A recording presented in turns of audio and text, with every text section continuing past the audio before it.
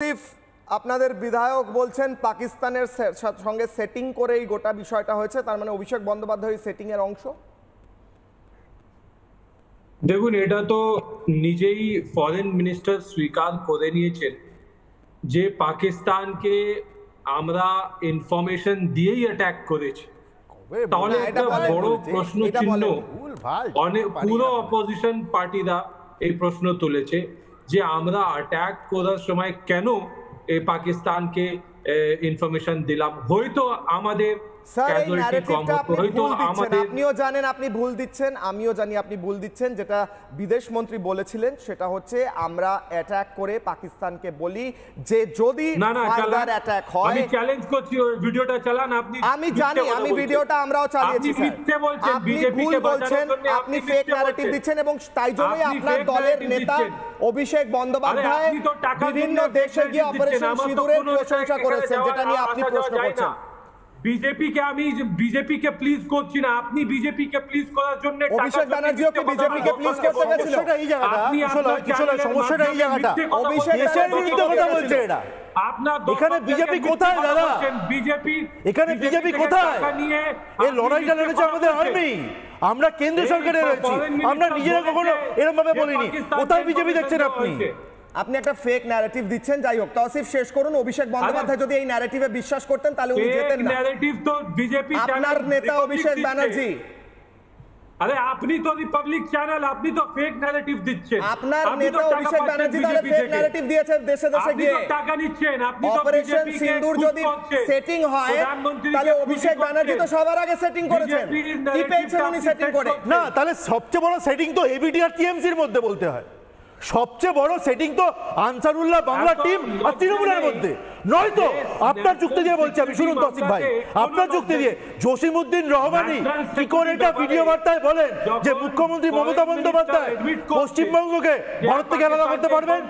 তার মানে কি আপনাদের মধ্যে সেটিং আছে? বলুন না এবার, তার মানে আপনাদের মধ্যে সেটিং আছে? এবিটির সঙ্গে সেটিং করে চলছে। উনি শেষ করুন।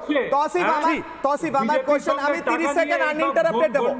তৌসিফ 30 সেকেন্ড আনইন্টারাপ্টেড দেব। আমার প্রশ্ন হচ্ছে, আপনার দলের বিধায়ক বলছেন পাকিস্তানের সঙ্গে সেটিং করেছেন প্রধানমন্ত্রী এবং তারপর সিন্দুর হয়েছে। সেই সিন্দুরের প্রশংসা করে বিভিন্ন দেশে ঘুরে বেড়ানো অভিষেক বন্দ্যোপাধ্যায় কি পেয়েছেন যে তিনিও এই সেটিং এর অংশ হয়েছেন? তার কি লাভ হয়েছে? তার বাড়িতে বিশেষ কি এসেছে বলুন স্যার। প্রধানমন্ত্রী একটা ব্লান্ডার করলো যখন প্রধানমন্ত্রী বলে দিল যে আমি সিন্দুর পাঠানোর একটা ক্যাম্পেইন শুরু করে দিল, যেটা নিয়ে মমতা ব্যানার্জি নিজেই বললো যে হাজবেন্ড ওয়াইফকে সিন্দুর দেয়। হ্যাঁ, প্রধানমন্ত্রী আগে নিজের ওয়াইফকে সিন্দুর পাঠান, যে কোয়েশ্চেনটা বলেছেন। দ্বিতীয় কথা হচ্ছে এই সব বাজে কথা বললে আমি পরিষ্কার বলে দিই, শুনুন দীপক কুমার ঘোষ আপনাদের দলের এমএলএ ছিলেন, আইএএস অফিসার ছিলেন, তার বইটা ছাপিয়ে আমরা বিলি করব। নোংরা কথা বললে ওই বইটা ছাপিয়ে বিলি করব, পরিষ্কার বলে দিলাম। কে রঞ্জিত ঘোষ, গরম রসগোল্লা, সব গল্প কিন্তু মানুষ জানবে। তৌসিফ আমি এটা করতে দেব না। তৌসিফ না, তৌসিফের অডিও ডাউন করা হোক। তৌসিফ পার্সোনাল অ্যাটাক আমি করতে দেব না স্যার। এটা আপনি যেটা বললেন সেটা পার্সোনাল অ্যাটাক। প্রধানমন্ত্রী কোথায় যাবেন, কি বলবেন, পার্সোনাল লাইফে কার সঙ্গে তিনি কি কথা বলবেন, কি বার্তালাপ করবেন, তার ব্যক্তিগত জীবনে, সেটা নিয়ে টিভিতে আপনাদের রাজনৈতিক পয়েন্ট আমি করতে দেব না। মমতা বন্দ্যোপাধ্যায় যেটা করেছেন ওটা ব্লান্ডার করেছেন। কারুর personal, Mamata Bandyopadhyay personal life নিয়ে বলা শুরু করা হবে। তাহলে জেনে রাখুন, দীপক ঘোষের বইতে যেই কথাগুলো লেখা রয়েছে ওগুলো প্রত্যেকটা কিন্তু আমরা কোট করা শুরু করবো এবার জায়গায় জায়গায়। সহ্য করতে পারবেন তো? বলবো এক এক করে দীপক ঘোষের বইতে কি লেখা আছে? কোনটা বানানোর কথা নয়, দীপক ঘোষের বইতে ছাপানো লেখা, যেটা আপনারা চ্যালেঞ্জ করতে পারেননি। বলা শুরু করবো, বেশ বলা শুরু করবো। না হবে না, আমি শুভমের কাছে যাব। আমি শুভমের কাছে যাওয়ার আগে আমি তৌসিফকে অনেকটা টাইম দিলাম, 30 সেকেন্ড আনইন্টারাপ্টেড দিলাম, কিন্তু আমি ভেবেছিলাম ও রাজনৈতিক উত্তর দেবে।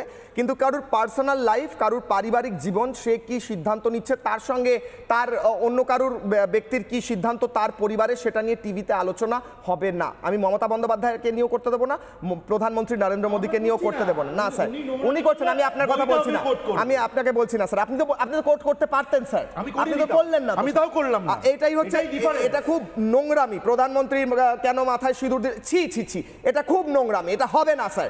এই রাজনীতি বন্ধ করুন, এটা নোংরা রাজনীতি স্যার, এটা নোংরা, এটা নিয়ে লজ্জা হওয়া উচিত যারা এই কথা বলে। নানা ধরনের কন্টেন্ট দেখার জন্য লাইক করুন, শেয়ার করুন আমাদের ফেসবুক পেজ, সাবস্ক্রাইব করুন আমাদের ইউটিউব চ্যানেল। পাশাপাশি অন্যান্য ব্রেকিং নিউজের জন্য অবশ্যই চোখ রাখুন রিপাবলিক বাংলায়।